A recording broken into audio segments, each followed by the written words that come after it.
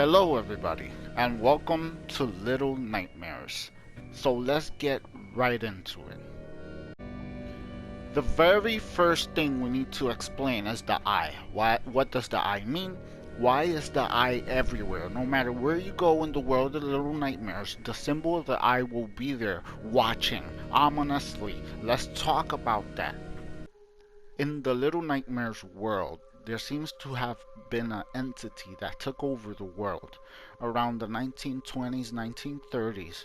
Since Little Nightmares is based on Lovecraftian universe, there's a cosmic horror, which we will call the entity, that has taken over the world.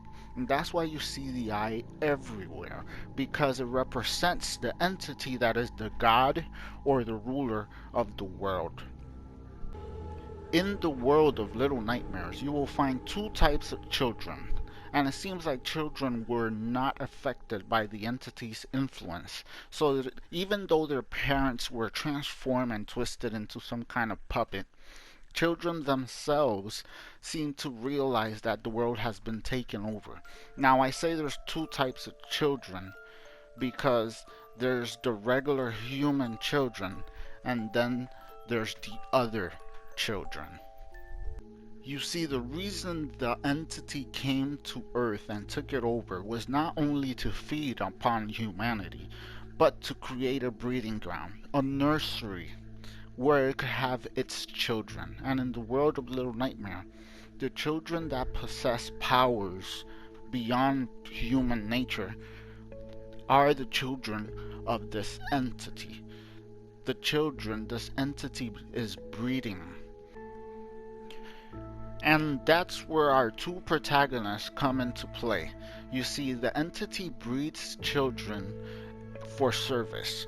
As in, she needs to have children on the planet so she could keep up her feeding and whatever purpose the entity has. So she breeds.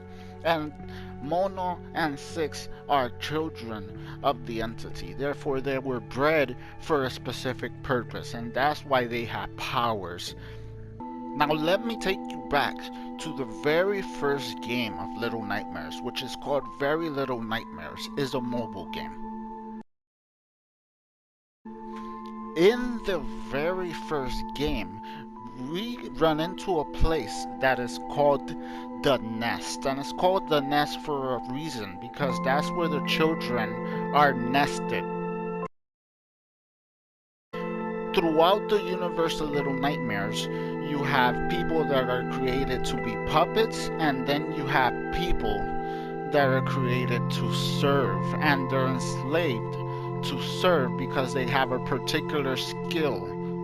So as you can see, the world controls everybody like puppets. And there's two types of puppets. There's the puppets that contain some of their humanity because they have valuable skills like being teachers, doctors, cooks, and they have value to teach the children that are growing up in this nursery and are necessary to the order. On the other hand, you have the puppets that lost all their humanity, and they have been completely engulfed into the entity's mind control puppeteering, and they're only there to feed the entity and her children. Just like the teacher and the janitor and the craftsman and the butler and everybody you ever run into that's not a child of the entity, you have the doctor, and they serve a purpose. That's why they still retain some of their humanity, yet they're going insane and they're suffering.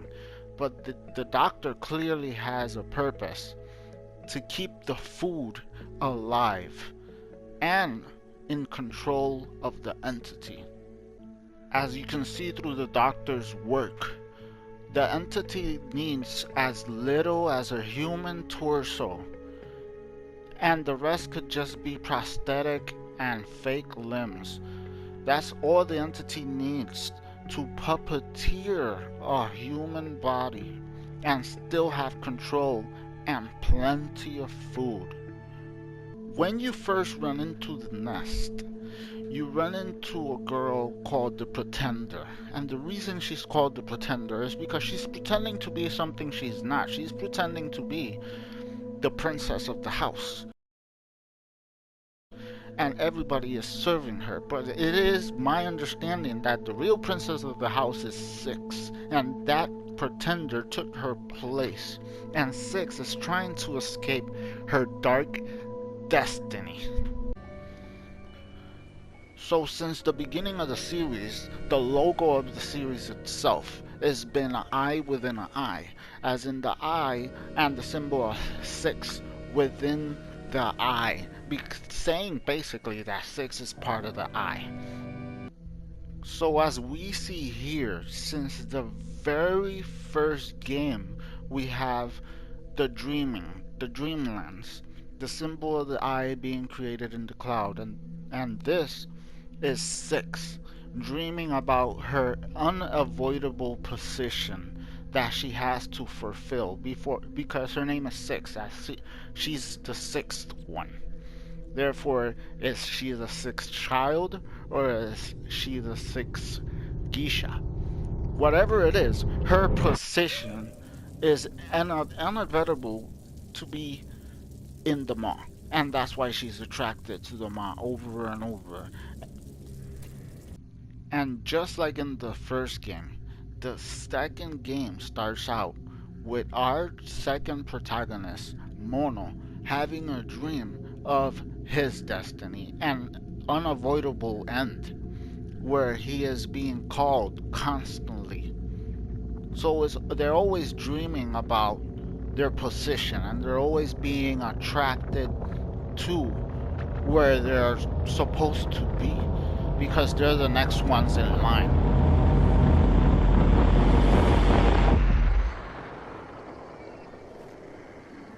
Always waking up, coming from the dreamlands. And just like 6 is always being pulled and called to the maw where she belongs, Mono is always being pulled and called to the tower where he belongs, because they were bred for those positions. They're the next ones in line. They're part of the system.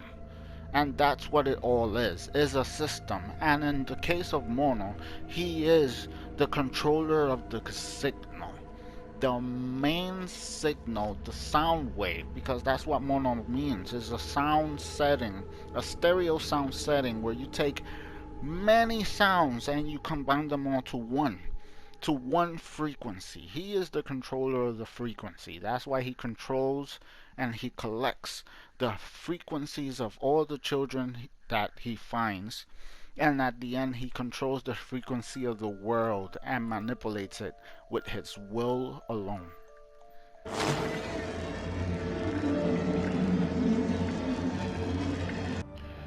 So you see, 6 realizes that Mono has always been taking her to the tower since the beginning. That was his purpose. That even if he didn't want to or he didn't know it, he's part of it all. And he was taking her to the tower all along, and she comes to that realization where he's part of it. Even if he doesn't know it, he was channeling the Thin Man all along to catch 6. He was always attracted to the signal, and he was taking 6 backwards towards danger instead of away. So there you go, guys. That's the story of Little Nightmares. What happened, what's going on, who are the children, and who's the I. The Earth has been conquered, and it's another dystopian universe where everything is just so messed up. I'm so happy with myself for figuring all this out. I really think this is the truth of Little Nightmares, and this is what's going on. I've looked through many theories on YouTube, and I have not seen anybody come up with something like I did. I'm really happy. And if you like all the story and where I took this whole story, I hope you press like and subscribe and might actually check out my longer, more detailed explanation of the Little Nightmares world. But thank you guys, and I'll see you next time.